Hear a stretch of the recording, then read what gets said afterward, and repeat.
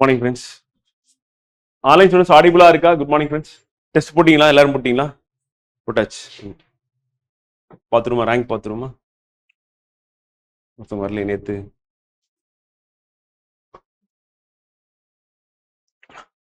So நம்ம main concepts of life science நேற்று அந்த டாபிக் பார்த்தோம். ஸோ அதில் 69 பேர் டெஸ்ட் போட்டிருக்கீங்க. Very good. வந்து ஆன்லைனில் 71.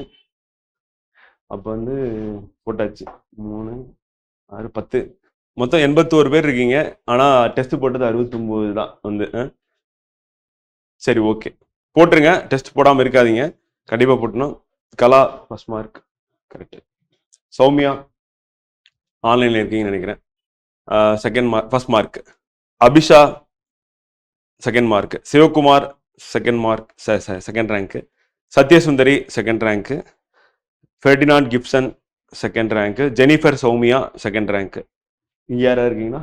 சொன்னேன் பேர் சிவகுமார். Okay, super. அடுத்து third rank Nikhila, Praveenkumar, Ajay, Fredrick, Oviya, Dharani, Vembu Dharshini, திட்டி. Third rank. யாராவது இருக்கீங்களா? சொன்னால 2 பேர் வந்து first rank, second rank. Okay, very good friend. வந்து ஸோ நல்லா படிச்சிருக்கீங்கன்னு நினைக்கிறேன். எத்தனை கொஸ்டின் வந்து கொஞ்சம் கஷ்டமா இருந்தது நேற்று பார்த்தீங்கன்னா லிஸ்டே கொடுத்துருந்தீங்க. கிட்டத்தட்ட ஒரு 6 கொஸ்டின் வந்து நம்பர் போட்டிருந்தீங்க, புரியலையா ஒண்ணுமே இருந்துச்சுட்டு. இன்னைக்கு அந்த மாதிரி ஏதாவது கொஸ்டின் புரியாம இருக்கா? கண்டிப்பா இருக்கும். வந்து செகண்ட் கொஸ்டினா 2 பிளாஸ்மி எடுக்கலாமா? ஓகே, சரி பார்த்துரும். ஸோ இன்னைக்கு வந்து பார்த்தீங்கன்னா டெய்லி டெஸ்ட் வந்து 3ல வந்து main concepts of life science வந்து டெஸ்ட் எழுதிருப்பீங்க. அதுக்கப்புறம் இதுக்கு முன்னாடி நடந்த டாபிக்ல இருந்து ஒரு 5 கொஸ்டின் கேட்டிருந்தாங்க, 5 கொஸ்டின்ஸ் கேட்டிருந்தாங்க. அது ஈஸியாக தான் இருந்திருக்கும்னு நினைக்கிறேன்.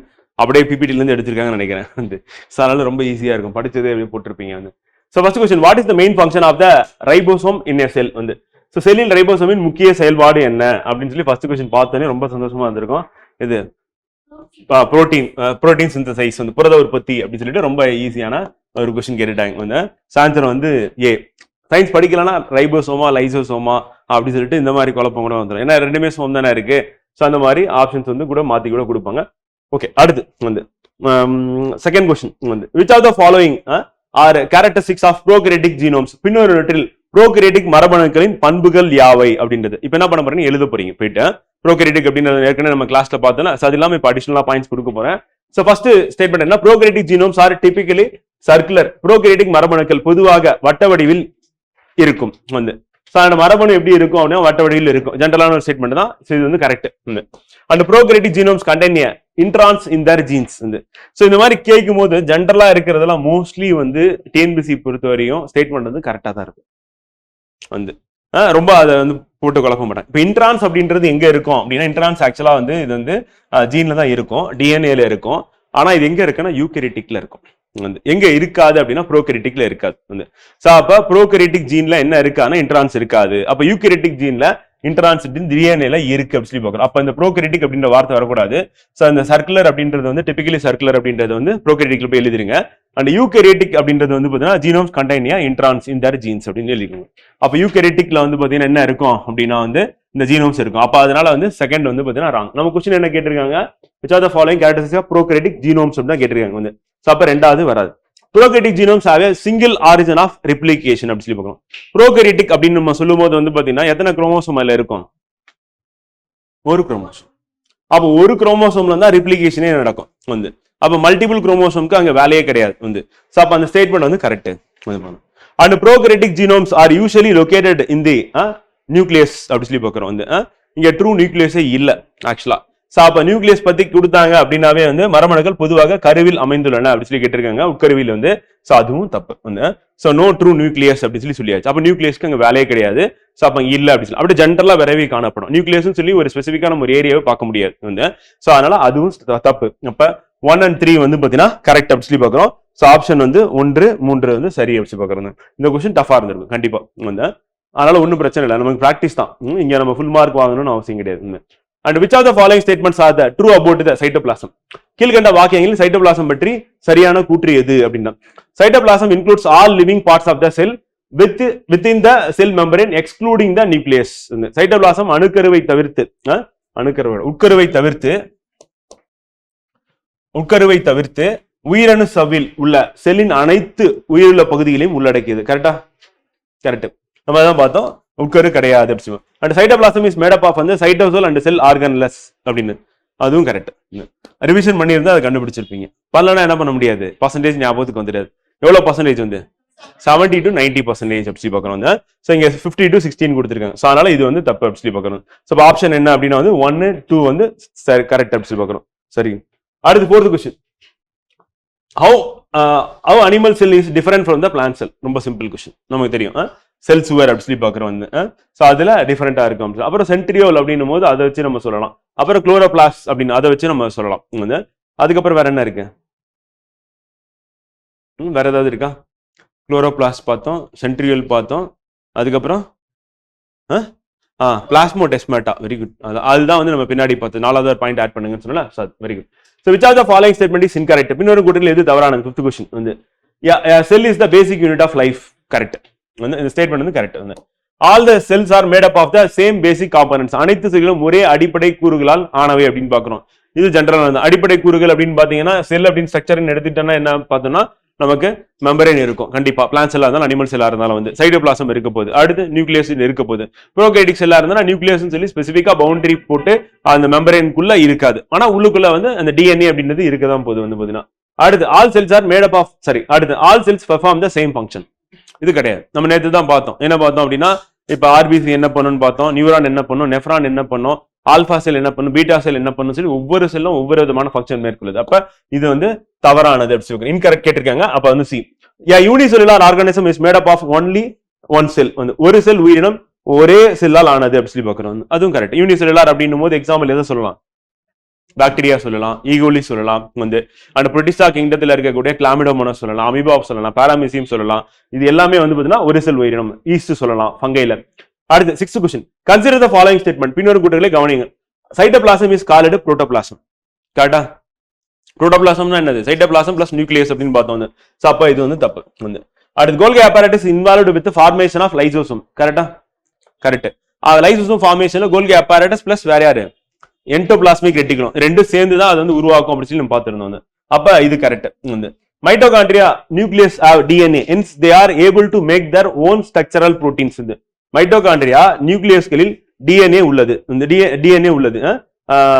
எனவே அவை அவற்றின் சொந்த கட்டமைப்பு புரதங்களை உருவாக்க முடிகிறது. வந்து மைட்டோகாண்ட்ரியா இருக்கு, மைட்டோகாண்ட்ரியாக்குள்ள நியூக்ளியஸ் டிஎன்ஏ இருக்கானா? இருக்கு. அதுவும் கரெக்ட் வந்து. அது வந்து என்ன பண்ணுன்னா hence they are able to make their own structural protein. புரோட்டீனை வந்து உருவாக்குறதுக்கு தேவையான ரைபோசோம் அதுகிட்ட இருக்கா அப்படின்னா ரைபோசோம் இருக்கு. ஆனா அதுக்கு தேவையான அளவுக்கு புரோட்டீனை ப்ரொடியூஸ் பண்ண முடியுமா? அந்த ரைபோசோம்னால பண்ண முடியும். ஏன்னா ரொம்ப மினிமமா தான் இருக்கும். அப்ப ரைபோசோம் எங்க இருக்கு அப்படின்னா வந்து செல்லுல சைட்டோபிளாசத்துல இருக்கு. அப்புறம் என்டோபிளாஸ்மிக் ரெட்டிகுலத்துல அட்டாச் ஆகி இருக்கு. அதே ரைபோசோம் வந்து ஆர்என்ஏ நியூக்ளியோலஸ்குள்ளேயும் இருக்கு வந்து. ஆனா மேக்சிமம் ப்ரொடக்ஷன் வந்து ரைபோசோம்ஸ் வந்து புரோட்டீன் வந்து ப்ரொடக்ஷன் எங்க பண்ணுது அப்படின்னா என்டோபிளாஸ்மிக் ரெட்டிகுலத்திலையும் சைட்டோபிளாசத்துல தான் பண்ணும். ஸோ அந்த புரோட்டீனை வந்து பார்த்தீங்கன்னா யார் எடுத்துக்கிறா அப்படின்னா மைட்டோகாண்ட்ரியா இம்போர்ட் பண்ணிக்குது. அப்போ மைட்டோகாண்ட்ரியா வந்து இம்போர்ட்டட் புரோட்டீன் தான் அதிகமாக டிபெண்ட் பண்ணி இருக்கு வந்து. அதனால என்ன இந்த ஸ்டேட்மெண்ட் வந்து பார்த்தீங்கன்னா hence they are able to make their own structural protein அப்படின்னா அது ஸ்ட்ரக்சருக்கு தேவையான புரோட்டீனை வந்து அதுவே ப்ரொடியூஸ் பண்ணிக்க முடியுமானா முடியாது. அது டிபெண்ட் ஆன் வந்து என்னன்னா சைட்டோபிளாஸ்மிக் புரோட்டீனை டிபெண்ட் பண்ணி தான் இருக்கு. ஆனா புரோட்டீன் வந்து ப்ரொடியூஸ் ஆகும், ஆனா மினிமமா இருக்கும். டோட்டலா அதனுடைய ஸ்ட்ரக்சருக்கு இப்போ மைட்டோகாண்ட்ரியா இவ்வளவு பெரிய ஸ்ட்ரக்சர் இருக்கு அப்படின்னா அந்த ஸ்ட்ரக்சர்ல வந்து அந்த ஸ்ட்ரக்சர் டோட்டலா ப்ரொடியூஸ் பண்றதுக்கு இந்த ரைபோசோம்ஸ் வந்து பத்துமானா பத்தாது. அப்ப வெளியில இருந்து ரைபோசோம் இருக்கு அப்படின்னா அந்த ரைபோசோம்ல இருந்து அது வந்து எடுத்துக்குது வந்து. சோ அதனால இந்த ஸ்டேட்மெண்ட் வந்து பாத்தீங்கன்னா ராங் அப்படி சொல்லி பார்க்கிறோம்.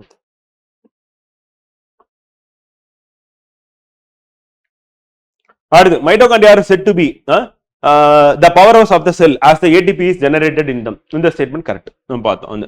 ஏன் பவர் ஹவுஸ் சொல்றோம் அப்படின்னா இது வந்து பாத்தீங்கன்னா ஐடிபியோ உருவாக்குது அப்படி சொல்லி பார்க்கணும் வந்து. ஸோ அப்போ நமக்கு வந்து எது வந்து கரெக்ட் அப்படி சொல்லி கேட்டிருக்காங்க. அப்போ வந்து 1, 2 and 4 வந்து கரெக்ட். கஷ்டமான கேள்விதான், இது ஈஸியான கொஸ்டின் கிடையாது. இப்போ நம்ம தெரிஞ்சுக்கிட்டோம் வந்து இந்த மாதிரி கொஸ்டின் இருக்கும் வந்து. இப்போ நம்ம எப்படி போடலாம் இந்த மாதிரி கொஸ்டின் அப்படின்னா வந்து பாத்தீங்கன்னா ஆப்ஷன் எலிமினேட் பண்ணி ஏதாவது கொண்டு வர முடியுதான் ட்ரை பண்ணி தான் பார்க்கணும், வேற வழி கிடையாது வந்து. ஸோ அப்போ நமக்கு வந்து கோல்கி apparatus அப்படின்னா நமக்கு தெரியும் ஃபர்ஸ்ட் ஒன் வந்து ராங். அப்போ ஒன்னு எங்க வருதோ அதெல்லாம் அப்படியே தூக்கிட வேண்டியதான். அப்ப ஆன்சரே வந்துருச்சுல. இப்போ இவ்வளவு தூரம் நீங்க வந்து பாத்தீங்கன்னா தெரிஞ்சிருக்கணும். இந்த மாதிரி நமக்கு வந்து பாத்தீங்கன்னா எப்பவுமே வந்து காம்படிட்டிவ் எக்ஸாம்ல அதுவும் எம்சிக்யூ பேட்டர்ன் அப்படின்றது வந்து அது அந்த கிராக் பண்றது, அந்த எக்ஸாமை பாஸ் பண்றது அப்படின்றது வந்து நம்ம படிக்கிறது, ரிவைஸ் பண்றது அப்படின்றத தாண்டி ஆப்ஷனை வச்சு எலிமினேட் பண்ணி போடுறதுன்னு இருக்கு. அது மூலியமாவே நம்ம என்ன பண்ணோம்னா ஒரு 5ல இருந்து ஒரு 10 கொஸ்டினை போட்டுடலாம். அப்ப நம்ம வந்து இப்ப நம்ம போடுறது வந்து இப்போ 160 போடுறோம் அப்படின்னா 170 ஆகிறதுக்கு இந்த ஒரு 10 கொஸ்டின் வந்து நமக்கு வந்து ஹெல்ப்ஃபுல்லா இருக்கும் அப்படின்னு சொல்லி பார்க்கணும். ஸோ அந்த மாதிரி நம்ம ட்ரை பண்ண வேண்டியதான் சார். இப்போ நம்ம இப்போ எக்ஸ்பிளனேஷனுக்காக நான் ஃபுல்லா ரீட் பண்ணிட்டு இருந்தேன். இப்போ இதே கொஸ்டின் பேப்பர் கொடுத்து சால்வ் பண்ணுங்க அப்படின்னா என்ன பண்ணுவேன், டைம் சேவ் பண்றதுக்காக என்ன பண்ணுவேன், ஃபர்ஸ்ட் ஸ்டேட்மெண்ட் படிச்சோடனே உடனே போயிட்டு ஆப்ஷன் பார்த்து எலிமினேட் பண்ணிட்டு இதுதான் சொல்லிட்டு போட்டு மீதி டக்குன்னு ரீட் பண்ணிட்டு அடுத்த ஸ்டேட்மெண்ட் போயிடும். இதுல போயிட்டு ஆராய்ச்சி பண்ணிட்டு இருக்கிறதுக்கு வேலையே கிடையாது. வந்து மேட்ச் த ஃபாலோயிங் அந்த மாதிரி தான் பண்ணணும். வந்து அடுத்து which of the following statement is correct about endoplasmic reticulum? Endoplasm வலைப்பின்னல் பற்றி பின்வரும் கூற்றுகளில் இது சரியானது. இது டவுட்னு சொன்னீங்க. It is a large network of membrane bound tubes and sheets. வந்து இது சவ்வு பிணைக்கப்பட்ட குழாய்கள் மற்றும் தாள்களின் ஒரு பெரிய கட்டமைப்பு ஆகும் அப்படின்னு சொல்லி பார்க்கணும். First statement. It is similar structure to the plasma membrane. இது பிளாஸ்மா சவ்வு போன்ற அமைப்பில் உள்ளது அப்படின்னு சொல்லி பார்க்கணும். எண்டோபிளாசம் வலைப்பின்னலை பத்தி சொல்லியிருக்காங்க. வந்து இதுல என்ன டவுட்? சிமிலரா பாக்குறதுக்கு அப்படி இருக்கான்னு கேக்குறீங்களா? இருக்குன்னு சொல்றாங்க. அவ்வளோ அக்செப்ட் பண்ணிக்க வேண்டியதான். இப்போ நம்ம மைக்ரோஸ்கோப் கொடுத்து நம்ம பார்க்க சொன்னால பார்த்து நம்ம அக்செப்ட் பண்ண போறோம். அதுக்கெல்லாம் நமக்கு வசதி இல்லாதனால கொடுக்குற ஸ்டேட்மெண்ட்டை நம்ம அப்படியே எடுத்துக்க வேண்டியதான். அவ்வளோதான். ஸோ அப்போ வந்து ஆன்சர் வந்து பார்த்தீங்கன்னா 2 2 வந்து பார்த்தீங்கன்னா போத் ஆர் ட்ரூ வந்து பார்த்தீங்கன்னா இடம் சரி அப்படின்னு சொல்லி பார்க்குறோம். பிளாஸ்மா சவ்வு போன்ற அமைப்பில் இது வந்து உள்ளது அப்படின்னு சொல்லியிருக்காங்க. வந்து சிமிலரா தான் இருக்கு அப்படின்னு சொல்லியிருக்காங்க. மேபி அதனுடைய பார்க்கறதுக்கு சிமிலரா இருக்கு அப்படின்னு வேணும் சொல்லியிருக்கோம். நம்ம லார்ஜ் சர்ஃபேஸ் ஏரியா ப்ரொவைட் பண்ணுது அப்படின்னு நம்ம ஏற்கனவே பார்த்தோம். மெட்டபாலிக் ஆக்டிவிட்டிக்கு வந்து எண்டோபிளாஸ்ம் ரெட்டிகுலம் வந்து பார்த்தீங்கன்னா வளைஞ்சு இருக்கிறதுனால ஆல்ரெடி ப்ரோட்டீன் போய் ரைபோசோம் போய் அட்டாச் ஆயிருக்கு. லிபிடு, அப்புறம் ஸ்டீராய்டு, ஹார்மோன், அப்புறம் புரோட்டீன், மேஜரா புரோட்டீன் அண்ட் லிபிட் வந்து பார்த்தீங்கன்னா சிந்தசைஸ் பண்ணுது அப்படின்னு பார்க்குறோம். அடுத்து which of the following biomolecules are not synthesized by endoplasmic reticulum? பின்னரும் எந்த உயிரி மூலக்கூறுகள் எண்டோபிளாச வலைப்பின்னலால் ஒருங்கிணைக்கப்படவில்லை அப்படின்னு சொல்லி பார்க்குறோம். நம்ம நேற்று பார்த்தோம், புரதம் பார்த்தோம், லிபிட்ஸ் பார்த்தோம். வந்து அதுல கொலஸ்ட்ரால், ஸ்டெராய்டுனா ஸ்டெராய்டு ஹார்மோன்ஸ் அப்படின்னு பார்த்தோம். கொலஸ்ட்ராலும் நம்ம சேர்த்துக்கலாம். வந்து நியூக்ளிக் ஆசிட்ஸ் அப்படின்றது அங்க ப்ரொடியூஸ் ஆகுது. நியூக்ளிக் ஆசிட் எங்கன்னா நியூக்ளியஸ்ல தான் ப்ரொடியூஸ் ஆகுது அப்படின்னு சொல்லி பார்க்குறோம். வந்து ஸோ அப்போ ஆன்சர் என்ன வரும் அப்படின்னா வந்து பெஸ்ட் மேட்சா சி அப்படின்னு நம்ம போட்டுடலாம். அடுத்து question number 9. What is the primary function of Golgi apparatus? Golgi உறுப்புகளின் முதன்மை பணி என்ன? வந்து ஸோ அதோட வேலை என்ன அப்படின்னா புரோட்டீன் சிந்தசைஸ் பண்றதா, cell wall and cell membrane synthesise பண்றது, செல் சிக்னலிங் அண்ட் கம்யூனிகேஷன் வந்து பார்த்தீங்கன்னா and modification of proteins and repeats அப்படி சொல்லி பார்க்குறோம். வந்து cell wall and cell membrane synthesise பண்ணணும்னு சொல்லிட்டு நம்ம அதனுடைய ஃபங்க்ஷன்ல கோல்கி apparatusல வந்து பார்த்துருந்தோம். ஸோ டைரக்டா பி ஆன்சர் வந்து போறோம். அடுத்து 10th question. which of the following statement is correct about the mitochondria? Mitochondria பற்றி பின்வரும் கூற்றுகளில் எது சரியானது அப்படின்றதான். வந்து mitochondria is present only in bacteria. Mitochondria bacteria மட்டுமே உள்ளது. இது தப்பு. பார்த்தோன்னே தெரியுது நம்ம அனிமல் பிளான்ட் எல்லாத்துலயும் இருக்கு. And mitochondria is present in all living cells. வந்து மைட்டோகாண்ட்ரியா அனைத்து உயிரணுக்களிலும் உள்ளது அப்படின்னு சொல்லி பார்க்குறோம். மைட்டோகாண்ட்ரியானாவே எனர்ஜி எங்க தேவைப்படுதோ அந்த இடத்துல தான் இருக்கும். இப்போ நம்ம சில செல்ல வந்து பார்த்தீங்கன்னா மைட்டோகாண்ட்ரியா நம்பர்ஸ் வந்து கம்மியாகவும் இருக்கும்னு சொல்லியிருக்கோம். சில செல்ஸ்ல வந்து அதிகமா இருக்குன்னு பார்த்திருக்கோம். சில செல்ல எனர்ஜியை ப்ரொடியூஸ் பண்றதுக்கு வேலையே இருக்காது அப்படின்ற பட்சத்துல அங்க இல்லாம கூட இருக்கலாம். வந்து ஸோ இது ஜென்ரலான ஸ்டேட்மெண்ட் அப்படியே கூட விட்டுறலாம். கொஸ்டின் என்ன கேட்டிருக்காங்கன்னா சரியானதா கேட்டிருக்காங்க. இப்போ 4 ஸ்டேட்மெண்ட் போவோம். Mitochondria is not bound by any membrane. இது நமக்கு தெரியும், டபுள் மெம்பரேன் இருக்குன்னு தெரியும். அப்ப அது வராது. வந்து அது தப்பு. Mitochondria without outer membrane is called வந்து பாத்தீங்கன்னா மைட்டோபிளாஸ்ட். இப்ப 2 ஸ்டேட்மெண்ட்ல ஏதாவது ஒண்ணுதான் வரும். வந்து இது வந்து யூனிவர்சலா ஒரு ஸ்டேட்மெண்ட் இருக்கு, எக்ஸப்ஷன்ஸ் எப்பவுமே இருக்கும் செல்லை பொறுத்தவரையுமே. வந்து பாத்தீங்கன்னா இப்ப எக்ஸாம்பிள் வந்து பாத்தீங்கன்னா சில செல் வந்து பாத்தீங்கன்னா டார்மன் ஸ்டேஜ்ல தான் வாழ்ந்துட்டு இருக்கும். வந்து சோ அதுக்கு வந்து எனர்ஜியே தேவைப்படாம கூட இருக்கலாம். வந்து இப்ப எனர்ஜி அப்படின்றது அதுல ப்ரொடியூஸ் ஆகாம இருக்கலாம். வேற ஒரு ஆர்கானிசத்தோட எனர்ஜி கூட அதை எடுத்து யூஸ் பண்ணிக்கலாம். வந்து இப்ப எக்ஸாம்பிள் வந்து பாத்தீங்கன்னா லிவிங் செல்ஸ் அப்படின்னும் போது வந்து நம்ம வைரஸ் எடுத்துக்க முடியாது. வைரஸ் பொறுத்தவரை என்ன அப்படின்னா வந்து பாத்தீங்கன்னா அது லிவிங்கா நான் லிவிங்கா இன்னும் டிபேட்ல தான் இருக்கு. வந்து ஏன்னா ஒரு ஹோஸ்ட் கிடைச்சுன்னா உள்ள போச்சுன்னா அது வந்து லிவிங்கா மாறிடுது, வெளியே இருந்ததுன்னா அது வந்து நான் லிவிங் அப்படின்ற கேட்டகரியில இருக்கு அப்படின்னு பாக்குறோம். சோ அப்ப செல்லை பொறுத்தவரையும் வந்து பாத்தீங்கன்னா எக்ஸப்ஷன் எப்பவுமே இருக்கு. சோ அதனால இந்த ஸ்டேட்மெண்ட் வந்து பாத்தீங்கன்னா நம்ம ராங் அப்படி சொல்லி எடுத்துக்கலாம். அடுத்து ஆன்சர் வந்து பாத்தீங்கன்னா mitochondria without outer membrane is called mitoplast. இது அப்படியே எடுத்துட்டு போயிட்டு மைட்டோகாண்ட்ரியா எழுதுங்க. வந்து மைட்டோபிளாஸ்ட்னு சொல்லிட்டு எழுதிட்டீங்கன்னா கரெக்டா இருக்கும். அடுத்து which of the following, அடுத்து இதெல்லாம் ஈஸியா போட்டிருப்பீங்க. which of the following theories are the theories of the earth origin அப்படி சொல்லி பார்க்குறோம். சோ பின்வருவற்றில் பூமியின் தோற்றம் பற்றி கோட்பாடுகள் எது அப்படின்றதான் கேள்வி. பூமியின் தோற்றம் பற்றி கோட்பாடு big bang theory, pulsating theory, steady state theory அப்படி சொல்லி கொடுத்துருக்காங்க. வந்து பாத்தீங்கன்னா பெருவெடிப்பு கோட்பாடு, துடிக்கும் கோட்பாடு, நிலையான நிலை கோட்பாடு அப்படி சொல்லி பார்க்குறோம். எல்லாமே தப்பு. எல்லாமே எதை பத்தி பேசுதுன்னா யூனிவர்ஸை பத்தி பேசுது. சோ அப்ப வந்து பாத்தீங்கன்னா மேலே உள்ள அனைத்தும் தவறானதுன்னு சொல்லி கொடுத்துருக்கணும், அனைத்தும் சொல்லி கொடுத்துருக்காங்க. வந்து பாத்தீங்கன்னா இது வந்து பேரண்டத்தை பத்தி பேசக்கூடிய தியரி. அந்த நம்ம எர்த்தை பத்தி பேசுறது இல்ல. ஆல் ஆஃப் தி அபோவ் இந்த கொஸ்டின் வந்து ராங்கான ஆப்ஷன் வந்து ராங்கா கொடுத்துருக்காங்க. ஸோ அப்போ மேலே உள்ள அனைத்தும் அப்படின்றது வராது. அடுத்து இந்த மில்கிவே கேலக்சிஸ் எலிப்டிக்கல் கேலக்சிஸ், அப்புறம் spiral galaxies, irregular galaxies and regular galaxies அப்படி சொல்லி கொடுத்துருக்காங்க. ரெகுலர் கேலக்சி அப்படின்னு ஒன்று கிடையவே கிடையாது. நமக்கு பார்த்ததுல வந்து பார்த்தீங்கன்னா எலிப்டிக்கல், ஸ்பைரல், இரகுலர், அப்புறம் என்னது பார்டு ஸ்பைரல் அப்படின்னு பார்த்தோம் வந்து. ஸோ அப்போ நம்ம மில்கிவேனா ஸ்பைரல் கொடுக்கலாம், இல்லைன்னா பார்டு ஸ்பைரல் கொடுக்கலாம். ரெண்டுத்துல ஏதாவது ஆப்ஷன் வந்து கொடுக்கலாம் வந்து. ஸோ அப்போ ஆன்சர் என்ன அப்படின்னா சுழல் விண்மீன் அப்படி சொல்லி பார்க்குறோம் வந்து. ஆன்சர் வந்து பி வந்து 12th. அடுத்து who studied the characteristics of X-ray spectra of several யார் வந்து ஸ்டடி பண்ணா அப்படின்னா வந்து பாத்தீங்கன்னா bombarding them with the high energy electrons and observed linear correlations between atomic number and the frequency of X-ray emitted அப்படின்றது.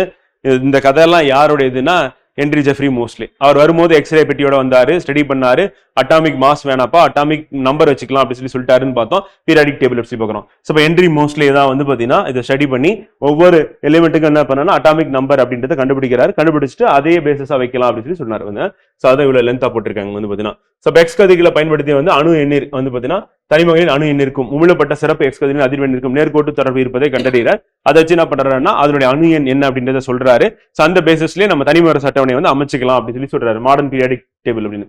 The most abundant element in the earth crust is வந்து கரெக்டா போட்டிருப்பீங்க. பூமியில் அதிகமாக இருக்கும் தனிமம் எது அப்படின்றது வந்து இதுனா ஆக்சிஜன் அப்படி சொல்லி பார்க்கிறோம் வந்து. அடுத்து 15th question. Which alloy of aluminum is used in boat machinery வந்து அலுமினியத்தின் எந்த உலோக கலவை வந்து பாத்தீங்கன்னா படகு எந்திரத்தில் பயன்படுகிறது அப்படின்றதான் கேள்வி வந்து. விமானம் கட்டுறதுக்கும் சரி படகு கட்டுறதுக்கும் சரி இது எல்லாத்துக்கும் பயன்படுறது எது அப்படின்னா வந்து டியூரா அலுமினியம் அப்படி சொல்லி பாக்குறோம் வந்து. டியூரா அலுமினியம் என்னென்னலாம் வரும்? அப்புறம் 4 தான் இருக்கா? என்னென்ன சொல்லுங்க. அலுமினியம் இருக்கு, மெக்னீசியம், காப்பர், மேங்கனீஸ் எழுதிருமா, அப்புறம் காப்பர். இப்படி வேணா தூக்கி போட்டுக்கலாம். சரி okay. Aluminium, copper, magnesium, manganese எப்படி வேணாலும் நீங்க படிச்சுக்கலாம். அந்த அலுமினியம் காப்பர் அப்படின்றது வந்து பாத்தீங்கன்னா நம்ம டே டு லைஃப்ல அதிகமா யூஸ் பண்ற ஒரு மெட்டல். இது ஒரு பேர் வந்து. மெக்னீசியம், மேங்கனீஸ் வந்து பாத்தீங்கன்னா இது ஒரு பேர். அப்படி போட்டுக்கிட்டீங்கன்னா கரெக்டா இருக்கும் வந்து. இந்த 4மே வந்து யூஸ் ஆகுது சொல்றோம். ஓகேவா? ஸோ நம்ம டெய்லி டிஸ்கஷன் வந்து முடிக்கிறோம்.